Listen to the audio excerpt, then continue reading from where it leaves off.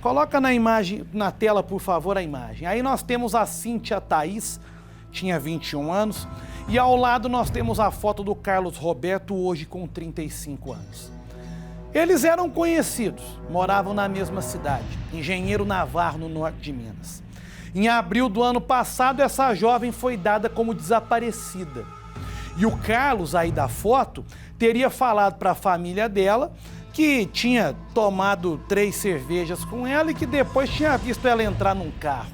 E que aí sim ela desapareceu. Mas é claro que a família desconfiou disso tudo. Até que uma semana depois, os vizinhos do Carlos sentiram um cheiro forte vindo da casa dele e chamaram a polícia. Era o corpo da Cíntia. Essa jovem foi assassinada e esquartejada dentro da casa desse homem. Ele, no momento em que o corpo foi encontrado, estava tranquilo jogando sinuca num boteco. E quando ele foi abordado pelos policiais e questionado, ele disse o seguinte: olha, eu esquartejei e escondi o corpo, mas eu não matei. Ela teve uma overdose e morreu na minha frente.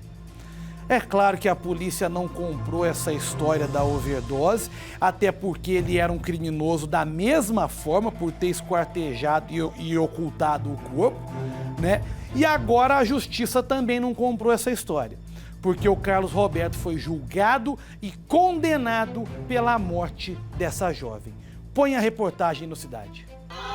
Carlos Roberto Gonçalves chegou escoltado por policiais penais ao Fórum Dr. José Maria Alquimim, em Bocaiúva. Familiares da vítima aguardavam do lado de fora. Em protesto, com faixas e cartazes, pediam a condenação do réu.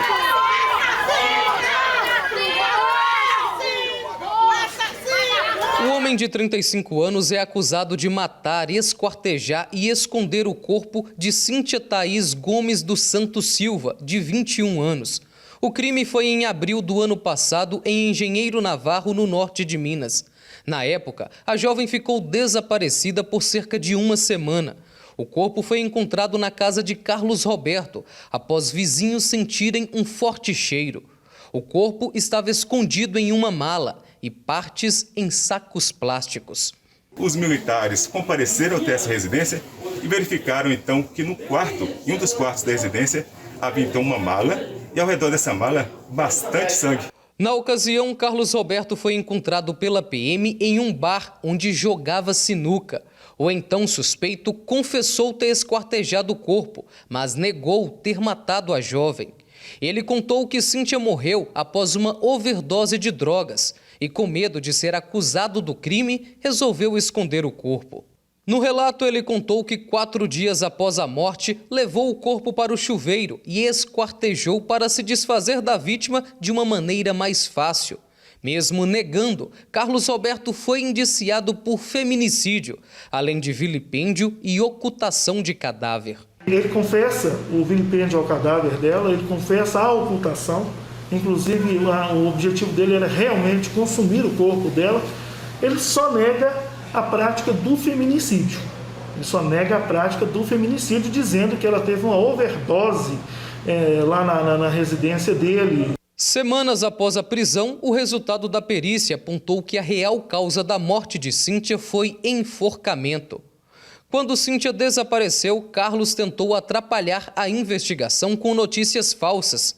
Nessas conversas, trocadas por um aplicativo de mensagens com um familiar de Cíntia, ele diz ter visto a menina sair com alguém em um carro branco, mas que antes os dois teriam bebido cerveja juntos e a jovem teria pedido R$50 emprestado.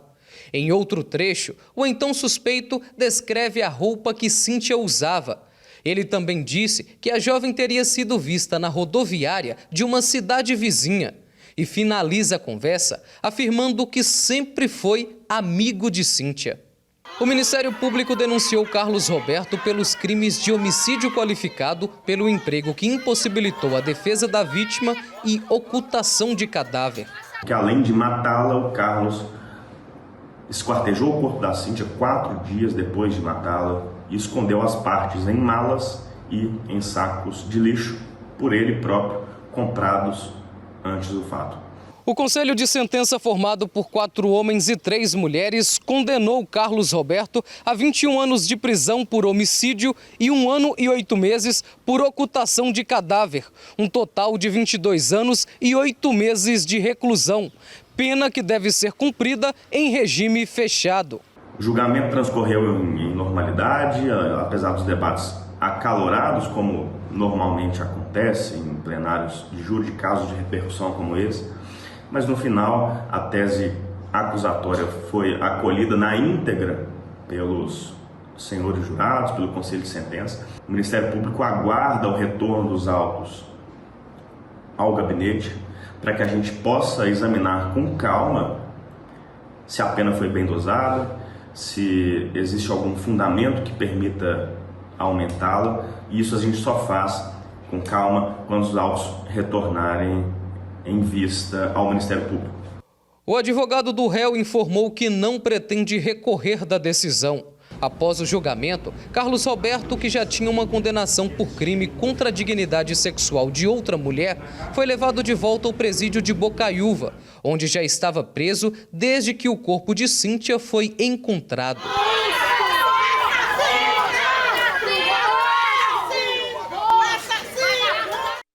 É uma pena, ao meu ver, abaixo do que esse cidadão merecia, mas dentro daquilo que a gente está acostumado a ver em julgamentos de casos desse tipo, né?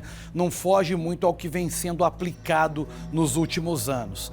Então, acabou ficando de bom tamanho, tanto é que o advogado do suspeito, a defesa do acusado, agora condenado, não vai nem recorrer, né? Vai deixar como está.